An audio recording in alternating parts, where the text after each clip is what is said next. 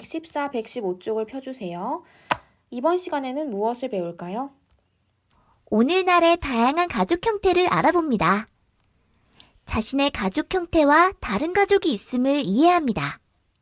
오늘날에는 가족의 형태가 굉장히 다양하다는 걸 알아볼 거고요. 우리 가족과 비슷한 가족도 있지만 다른 가족도 있다는 것을 이해하는 게 이번 사회 시간에 배울 것입니다. 자, 114쪽부터 살펴볼게요. 114쪽 그림을 보니까 하은이라는 친구가 둘이 내 집에 놀러 가서 쌀국수를 먹고 있는 거네요. 아, 그런데 알고 보더니 얘들아 뭐래? 둘이 내 어머니가 국적이 고향이 베트남 분이시래. 그래서 쌀국수를 맛있게 먹을 수 있었던 거네요. 자, 이렇게 오늘날 가족 형태 중에는 부모님이 모두 한국인이 아니시고 한 분이 외국인인 경우가 굉장히 많아요. 여러분들 주변에 또 있을 거예요. 그리고 텔레비전이나 책에서 본 경우도 있을 거고요. 자, 다른 예들을 한번 살펴볼게요. 지훈의 가족은 어머니가 러시아인입니다. 자, 지훈의 가족 같은 경우에는 어머니의 국적이 러시아네요. 민지 아버지는 터키인입니다. 민진의 가족은 아버지가 터키인이세요. 동하 어머니는 가나인입니다. 네, 동아는 어머니가 가나인이시네요. 이렇게 부모님 중 한 분이 외국인인 경우가 오늘날에는 있습니다. 옛날과 다른 특징이죠. 옛날에는 우리가 외국 사람과의 교류가 없었어요. 비행기도 없었고 배도 없었고 그랬잖아. 그래서 옛날에는 한국인들만 살아나갔지만 오늘날에는 어때요? 세계화 시대잖아요. 그래서 외국인과 결혼해서 가족을 맺는 경우가 굉장히 많습니다. 오늘날 새로 나타난 가족 모습 중 하나죠. 그러면 우리 이제 115쪽으로 가볼게요. 이렇게 우리 사회에는 우리 가족과 같거나 비슷한 형태의 가족도 있고 다른 형태의 가족도 있습니다. 자, 그림을 보고 어떤 가족 형태가 있는지 봅시다. 한 가족이 된 기념으로 함께 사진을 찍어요. 준영이 어머니와 지수 아버지가 새로 만나서 결혼을 하신 거예요. 재혼이라고 하죠. 다시 결혼을 해서 한 가족이 탄생된 모습입니다. 이제 우리 딸이 된 거죠? 여기는 부부가 아이를 입양한 입양 가족의 모습입니다. 당신은 청소를, 난 빨래를. 자, 여기는 엄마, 아빠, 그리고 자녀로 구성된 가족의 모습인데요. 어머니와 아버지 모두가 일을 하시기 때문에 집안일도 분담해서 하고 계시는 모습을 보이고 있네요. 옛날과는 다른 모습이죠. 옛날에는 남자만 바깥일을 했다면, 여자만 집안일을 했다면, 오늘날에는 다들 분담해서 일을 하죠. 너희도 어서 과일 먹으렴. 자, 여기 지윤의 가족은 보니까 할머니, 할아버지, 엄마, 아빠, 그리고 지유와 지유 오빠 이렇게 3세대가 모여서 살고 있네요. 이렇게 아직까지 확대 가족의 모습으로 살아가는 가족도 있습니다. 우리 세 식구가 같이 일을 나누어 하니까 식사 준비가 즐거워요. 자, 부모님 중 한 분과 살고 있는 가족도 굉장히 많습니다.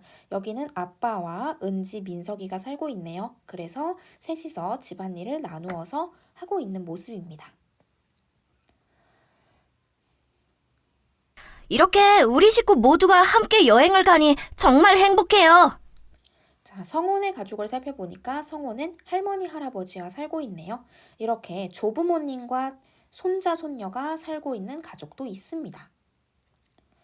자, 이렇게 선생님과 115쪽 그리고 114쪽에서 오늘날 가족의 모습을 살펴봤는데요. 굉장히 다양하죠. 우리 가족과 같은 가족도 있지만 다른 가족도 있습니다. 모양이 다르다고 해서 어떤 가족이 틀리거나 잘못된 것은 절대 아니죠. 가족 구성원 모두가 서로 사랑하면서 살아나간다는 것은 공통적인 특징입니다. 그러면 우리 이제 미니북에서 오늘 배운 내용 정리해 볼게요. 미니북 5쪽에 오늘 배운 내용을 정리해 봅시다. 오늘날 가족 형태는 위의 사진과 같이 굉장히 다양합니다. 우리 가족과 같거나 비슷한 형태의 가족도 있고 다른 형태의 가족도 있습니다. 자, 가족의 모습은 모두 다르고 다양하지만 가족 구성원들끼리 서로 사랑하면서 행복하게 살아간다는 건 공통적인 특징이죠. 자, 다음 가족 구성원에 알맞은 가족 형태를 보기에 찾아 기호를 써봅시다. 어머니, 아버지, 나, 오빠. 몇 번인가요? 그렇죠. 결혼하지 않은 자녀가 부모님과 함께 사는 가족, 니은이죠. 나와 오빠가 바로 결혼하지 않은 자녀죠. 다음, 할머니, 할아버지, 어머니, 아버지, 나. 이거는 기억이죠. 자, 여기서 결혼한 자녀가 바로 어머니, 아버지겠죠. 다음, 아버지, 나, 언니. 이거는 디귿. 부모님 중 한 분과 자녀로 이루어진 가족입니다. 마지막, 할머니, 할아버지, 나, 동생은 조부모님, 할머니, 할아버지와 손자, 손녀로 이루어진 가족입니다. 교과서 116쪽을 한번 살펴볼게요. 오늘날에 또 새롭게 나타난 가족의 형태죠. 바로 동물과 함께 사는 가족인데요.